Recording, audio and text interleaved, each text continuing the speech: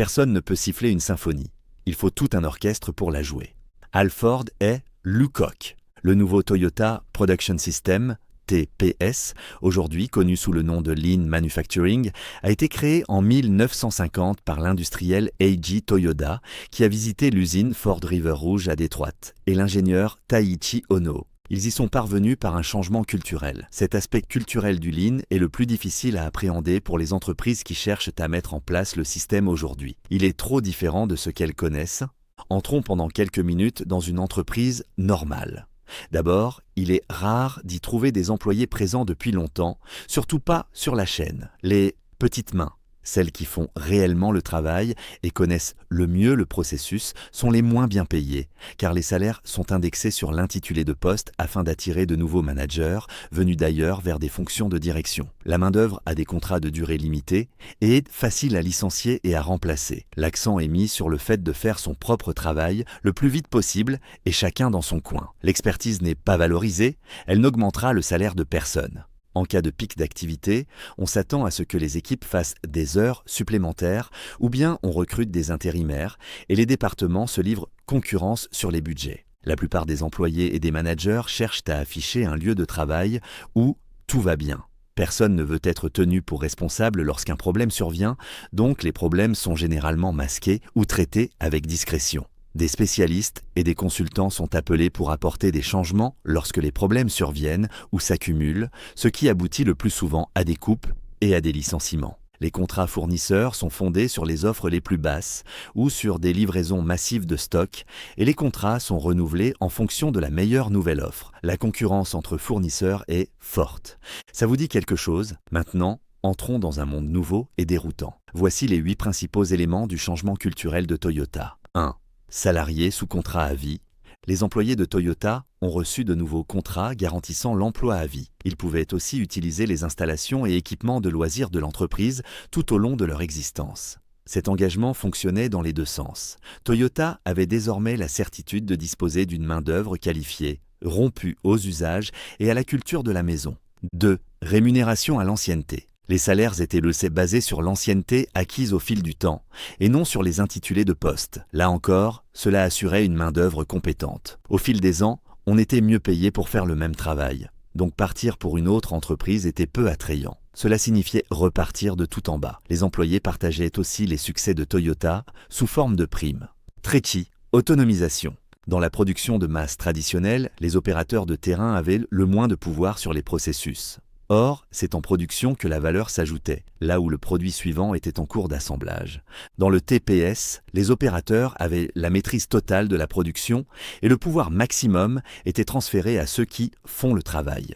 Ils étaient répartis en équipes et les chefs d'équipe travaillaient activement avec leurs subordonnés au sein du groupe. Ils se partageaient toutes les tâches, y compris le nettoyage, la résolution de problèmes et les propositions d'amélioration. La seule différence entre les chefs d'équipe et leurs subordonnés tenait à leur expérience plus grande. L'équipe effectuait ses propres réparations et inventait des améliorations au système, un processus connu sous le nom d'amélioration continue ou Kaizen. Les employés qualifiés étaient valorisés et aucun expert externe n'était nécessaire pour modifier le travail.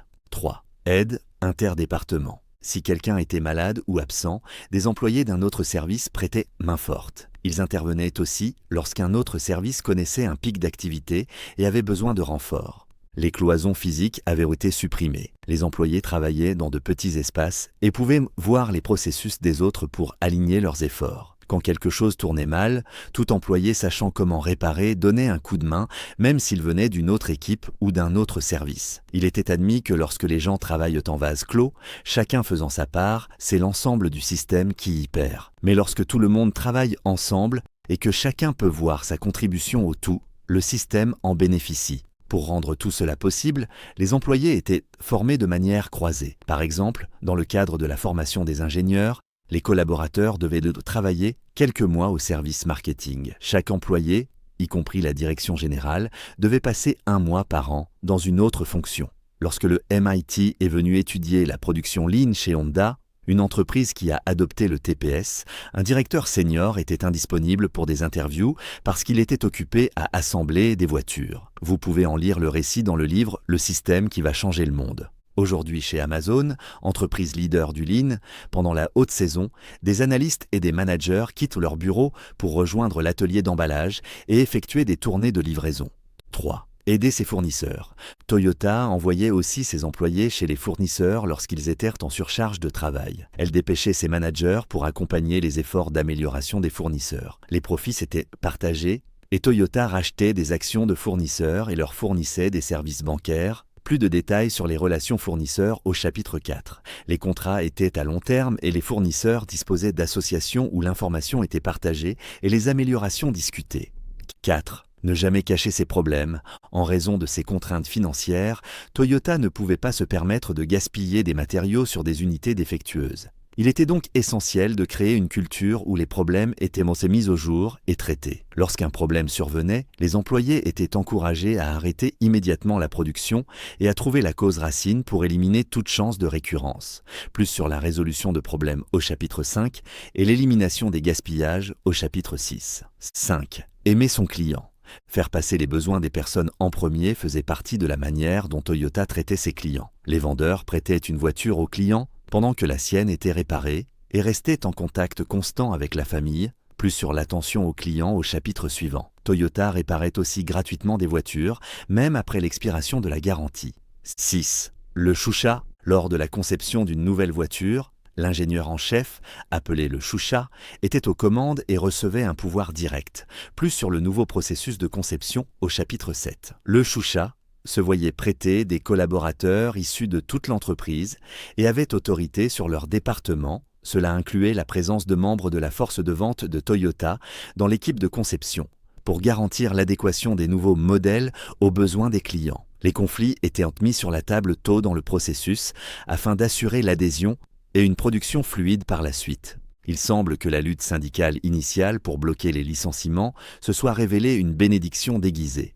Elle a créé une nouvelle culture de partenariat. Il est peut-être utile de préciser ici que le cœur du Lean n'a jamais consisté à réduire les effectifs. Dans les entreprises où cette approche est utilisée, les praticiens du Lean constatent vite que leur travail se heurte à la résistance et à l'austérité. Dans les projets réussis, où les résultats durent et où l'organisation ne retombe pas dans ses anciennes habitudes, il n'y a pas de licenciement. À la place, les personnes dont les rôles ne sont plus nécessaires se voient proposer de nouveaux postes au sein de l'organisation en mutation. Dans les chapitres suivants, vous en apprendrez davantage sur la culture du Lean et son processus d'excellence, comme la production à la demande pour réduire les gaspillages et la production en petits lots pour répondre à une variété de besoins des clients. Nous avons mentionné l'amélioration continue dans ce chapitre. Examinons de plus près ce concept.